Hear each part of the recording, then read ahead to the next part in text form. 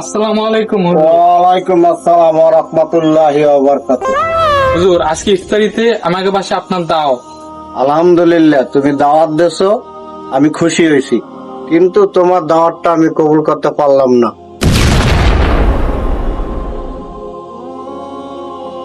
এই ইমাম সাহেবের একটা ব্যবস্থা করতে হবে।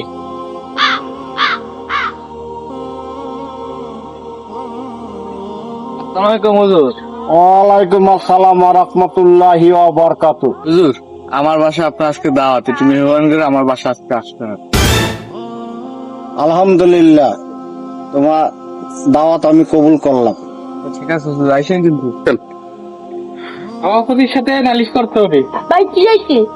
আমাকে মসজিদ ইমাম সাহেবরা আমি দাওয়াত দিতে গেছি, ইমাম সাহেব আমার দাওয়াত কবুল করে নাই। কি ভাই, তোমার দাওয়াত কবুল করে নাই? হচ্ছে যে রিক্সাওয়ালার তাকে দাওয়াত দিয়ে কবুল করতে। কি কইলি? রিক্সা আলার দাওয়াত কবুল করছি? আমি সভাপতির দ্বারা এমনই যাচ্ছি। ঠিক আছে ভাই, চলেন তাহলে আমিও যাবো, চলেন। সভাপতি সাহেব! ও, ও সভাপতি সাহেব! বাইরে আসেন। কি ব্যাপার আপনারা এই অসময় কি হয়েছে? সভাপতি সাহেব, এই ইমাম সাহেবের কিছু করতে হবে তোমার। কেন, কি সমস্যা খুলে বলেন। ইমাম সাহেব আমাকে দাওয়াত কবুল করে নাই, কবুল করছে ওই রিক্সা আলা খাইরুলের দাওয়াত। সত্যি কথা বলতে কি, ইমাম সাহেব আমার দাওয়া তো কবুল করে নাই কোনো সময়। এই কারণটা তো আমি বুঝতেছি না, কারণটা কি? তাহলে আপনি তারা ফোন দিয়ে রাখবেন, আজকে এখানেই ফয়সালা হবে। ঠিক আছে, দিচ্ছি। আসসালামু আলাইকুম ইমাম সাহেব, একটু আপনি আমার বাসা তাড়াতাড়ি আসেন, আপনার সাথে কথা আছে। জি।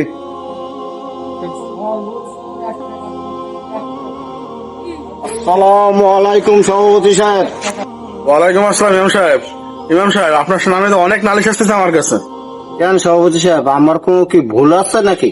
এরা প্রত্যেকে আপনার নামে নালিশ করছে যে আপনি এদের কারো দাওয়াত কবুল করেন, অথচ ওই রিক্সাওয়ালা খাইরুলের দাওয়াত নাকি আপনি কবুল করছেন। এর কারণটা কি? হুজুর, আপনি এই পাশে আসেন। দাঁড়ান।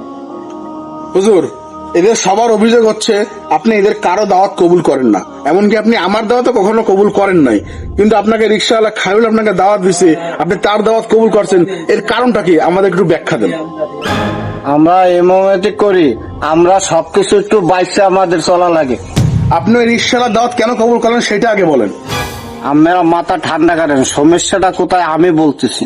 সভাপতি সাহেব, আপনি সরকারি চাকরি করেন, আপনি খান ঘুষ, এটা আপনিই বলেন, আপনার ইনকাম কি, এটা কি হালাল?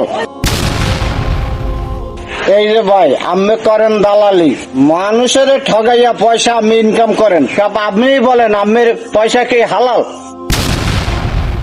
এই যে ভাই, আপনি দোকানদারি করেন, আপনি মানুষের ওজনে কম দিয়ে আপনি দোকানদারি করেন, আপনি মানুষ ঠগান, মানুষ ঠগাইয়া আপনার এটা কি আপনার রুচি, এটা কি হালাল পয়সা হয়? এই খায়রুল রিক্সা চালাইয়ে খায়, মাথার গাম পায়ে ফেলাইয়া সেই টাকা রোজগার করে, তাই সেইটা আমার সে দাওয়াত দিচ্ছে। এবারে আমরাই বলেন আমি কার দাওয়াত কবুল করব? আশা করি আমার উত্তর আপনারা পাইয়ে গেছেন। হুজুর, আমরা আমাদের ভুল বুঝতে পারছি, আমরা আল্লাহর কাছে ক্ষমা চাচ্ছি। আমরা কখনো হারাম কাজ করবো না বা হারাম খাবো না। আমরা সবাই মিলে প্রতিজ্ঞা করছি আজকে থেকে, আমাদের ক্ষমা করে দেবেন। জি হুজুর, আমাদের ক্ষমা করে দেবেন।